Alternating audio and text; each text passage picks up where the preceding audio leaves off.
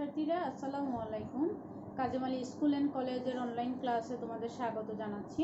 তোমরা যারা চতুর্থ শ্রেণীর শিক্ষার্থীরা আছো তাদের সামনে আমি আজকে উপস্থিত হলাম মাকসুদা আক্তার তোমাদের প্রাথমিক বিজ্ঞান ক্লাসটি নিয়ে। তো আমরা আজকে যে বিষয় নিয়ে আলোচনা করব সেটি হচ্ছে যে পানিবাহিত রোগ। গত ক্লাসে আমরা স্বাস্থ্যবিধি নিয়ে পড়েছিলাম এবং স্বাস্থ্যবিধির জন্য আমাদের কি কি করতে হবে সেইগুলো শিখেছিলাম। তো আজকে আমরা যে বিষয়টি সম্পর্কে জানবো সেটি হচ্ছে পানিবাহিত রোগ।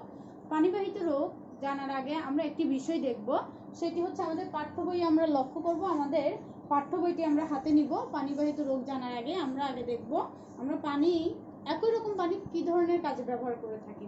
তোমরা তোমাদের পাঠ্য বইটি হাতে নেবে শিক্ষার্থীরা, তোমরা তোমাদের পাঠ্য বইটি হাতে নাও। পেজ নাম্বার আমরা যাব 36, পেজ নাম্বার 36-এ আমরা একটি চিত্র দেখতে পাচ্ছি।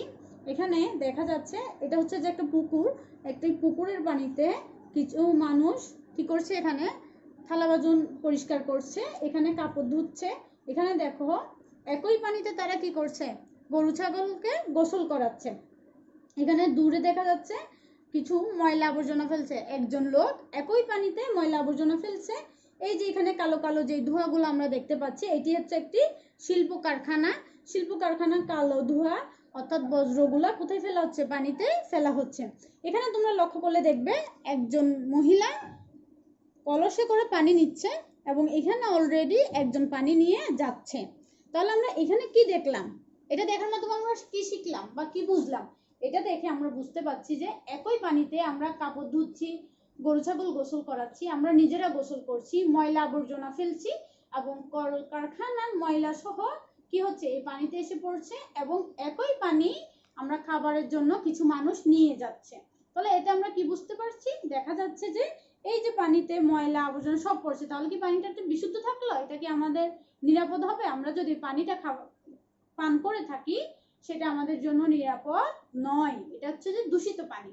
এই দূষিত পানি যখন আমরা পান করব তখন আমাদের মধ্যে বিভিন্ন ধরনের সমস্যা দেখা দিবে, অর্থাৎ বিভিন্ন ধরনের রোগ দেখা দিতে পারে। আর এই রোগটাই হচ্ছে পানিবাহিত রোগ। অর্থাৎ পানি, দূষিত পানি পান করার মাধ্যমে আমাদের শরীরে যে রোগ ছড়ায় সেটাকে বলা হয় পানিবাহিত রোগ। কেমন? তাহলে চলো আমরা দেখে নিই পানিবাহিত রোগ কোনগুলোকে আমরা বলবো। তোমরা বোর্ডে খেয়াল করো, বোর্ডের দিকে লক্ষ্য করলে আমরা দেখতে পাবো এখানে আমি কিছু জিনিস লিখে রেখেছি। আমরা একটু বোর্ডের দিকে দৃষ্টি দিব। প্রিয় শিক্ষার্থীরা তোমরা একটু বোর্ডের দিকে দৃষ্টি দাও। আমরা এখানে দেখতে পাচ্ছি এই যে দেখো আমি যে বিষয়টা বললাম এখানে আমি লিখে রেখেছি পানিবাহিত রোগ। জীবাণু দ্বারা দূষিত পানির মাধ্যমে যে সকল রোগ ছড়ায় তাদেরকে পানিবাহিত রোগ বলে। অর্থাৎ দূষিত পানিতে কিন্তু কি থাকে, জীবাণু থাকে। এই জীবাণুযুক্ত পানিটা যদি আমরা পান করি আমরা যে রোগে আক্রান্ত হব সেগুলোকে বলা হয় পানিবাহিত রোগ। কেমন? এখন আমরা জানবো কোনগুলোকে পানিবাহিত রোগ বলা হয় বা কোন রোগগুলো পানির মাধ্যমে, দূষিত পানি পান করার মাধ্যমে ছড়ায়। তাহলে দেখো এখানে আমি লিখেছি পানিবাহিত রোগের নাম। দূষিত পানি বিভিন্ন ধরনের রোগ সৃষ্টি করতে পারে। হ্যাঁ, দূষিত পানি বিভিন্ন ধরনের রোগ সৃষ্টি করতে পারে, যেমন ডায়রিয়া, কলেরা, আমাশয়, জন্ডিস, টাইফয়েড ইত্যাদি। আমরা আরো একবার পড়ব, ডায়রিয়া, কলেরা, আমাশয়, জন্ডিস, টাইফয়েড ইত্যাদি। অর্থাৎ আমরা সকলেই জানি ডায়রিয়া, কলেরা, আমাশয়, জন্ডিস, টাইফয়েড এই রোগগুলোর সাথে বা এই নামগুলো কিন্তু আমরা শুনেছি, এগুলোর সাথে আমরা সকলেই পরিচিত। এই রোগগুলো দ্বারা আমরা কখন আক্রান্ত হব? যখন আমরা দূষিত পানি পান করব। আমরা যখন দূষিত পানি পান করব। এখন তোমরা নিশ্চয়ই ভাবছো যে টিচার আমরা তো দূষিত পানি বা এই পুকুরের পানি, নদীর পানি পান করি না। হ্যাঁ, বা আমরা যে পানিটুকু পান করি তার মাধ্যমে তো আমরা আক্রান্ত নাও হতে পারি, সেটা নিশ্চয়ই নিরাপদ পানি। হ্যাঁ, আমরা যারা নিরাপদ পানি গ্রহণ করি অবশ্যই আমরা এই রোগে আক্রান্ত হব না। কিন্তু আমাদের সমাজে এমন কিছু মানুষ বসবাস করে, এই যে আমরা বইয়ে যে চিত্রটি দেখতে পেলাম ওই চিত্রটির মাধ্যমে তারা কি করে, এই চিত্রটি আমাদের বাস্তবেও দেখতে পাওয়া যায়। বিশেষ করে যখন আমরা গ্রামে যাব, গ্রাম অঞ্চলে যাব বা যে সকল এলাকা এখনো উন্নত হয়নি আমাদের শহর এলাকার মতো, ওই সকল এলাকায় গেলে আমরা কিন্তু এই চিত্র দেখতে পাবো। এছাড়াও এইবার আসো তাহলে এই যে দূষিত পানিগুলো আমাদের শরীরে কিভাবে প্রবেশ করতে পারে। আমরা যদি পানিটা পান না করি তাহলে তো আমরা এই রোগ দ্বারা আক্রান্ত হব না। আমাদের ধারণা এটা হতে পারে, কিন্তু শুধুমাত্র পানি পান করার মাধ্যমে, অর্থাৎ দূষিত পানি পান করার মাধ্যমে কিন্তু এই রোগগুলো আমাদের শরীরে ছড়াবে না। এই পানিগুলো কিন্তু পান করা ছাড়াও বিভিন্ন উপায়ে আমাদের শরীরে প্রবেশ করতে পারে। এখন কোন উপায়ে প্রবেশ করতে পারে সেই বিষয়গুলোই আমরা জানবো। তোমরা বোর্ডের দিকে লক্ষ্য করো, এখানে আমি লিখেছি যে দূষিত পানি কিভাবে আমাদের শরীরে প্রবেশ করে। আমরা এখানে দেখতে পাচ্ছি কি লিখলাম, দৈনন্দিন জীবনে আমরা নানা ধরনের কাজে পানি ব্যবহার করে থাকি। এটা আমরা সকলেই জানি। আমরা সকালে ঘুম থেকে ওঠার পর ঘুমাতে যাওয়ার আগ পর্যন্ত কিন্তু আমাদের দৈনন্দিন জীবনে যে জিনিসটি সবচাইতে বেশি প্রয়োজন হয় সেটি হচ্ছে পানি। কেমন? তাহলে খেয়াল করো আমরা কি কি কাজে পানি ব্যবহার করি। প্রধান যে কাজগুলো সেটা হচ্ছে পানি পান করা, খাবার রান্না করা। খাবার রান্না করার জন্য অবশ্যই আমাদের পানি প্রয়োজন।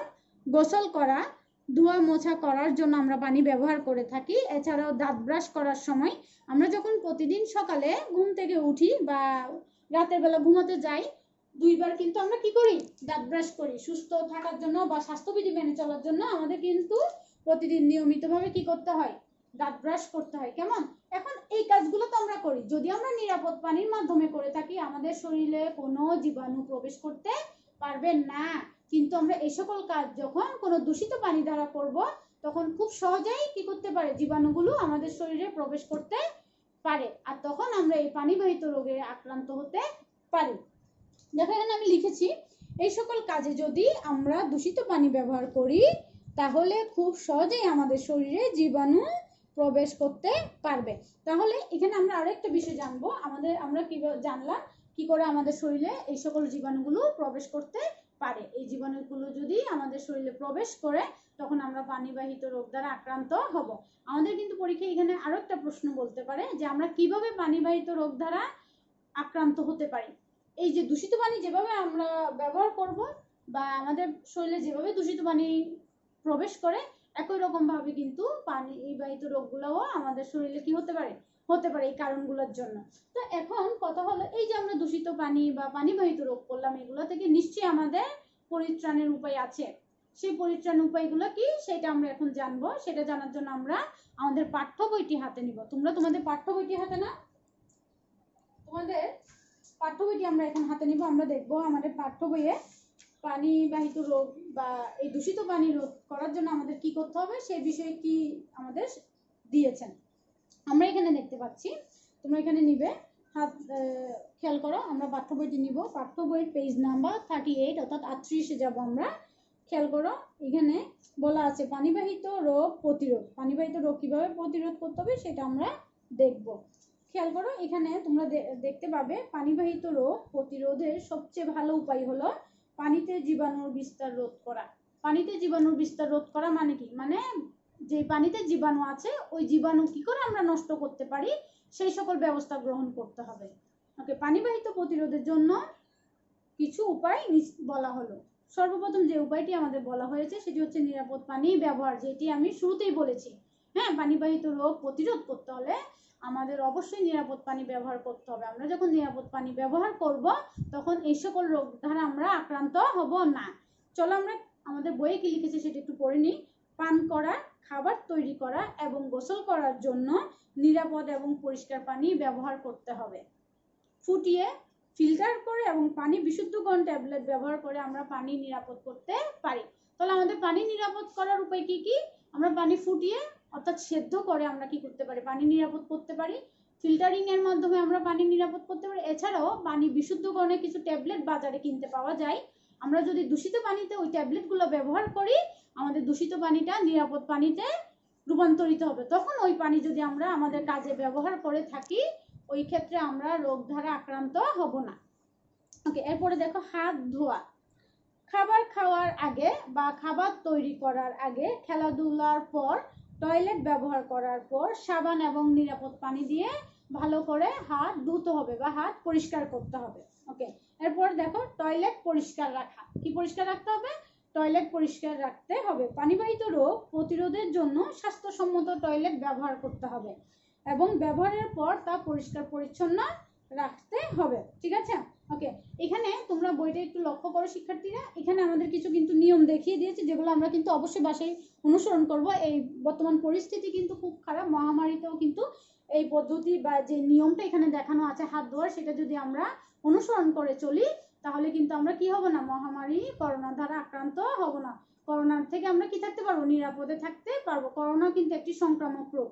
কেমন? পানিবাহিত রোগগুলো যেমন সংক্রমিত হতে পারে করোনাও কিন্তু একটি সংক্রমিত রোগ। তাহলে দেখো আমরা কি করে হাত ধোবো, হাত ধোয়ার কিছু নিয়ম আমরা আমাদের পাঠ্য বইয়ে দেখতে পাচ্ছি।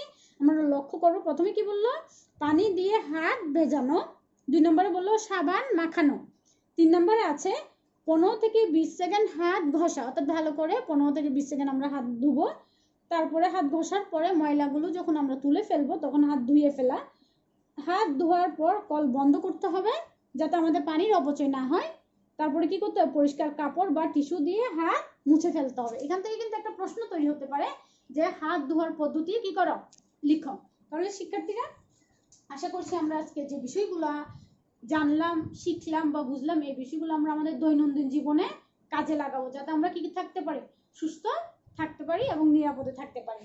এবার আমি তোমাদের কিছু হোমওয়ার্ক দিব, সেগুলো হচ্ছে যে তোমাদের পাঠ্য বইয়ের অনুশীলনীর মধ্যে কিছু প্রশ্ন আছে, এখানে আমরা পাঠ্য বইটা হাতে নিলে দেখতে পাবো।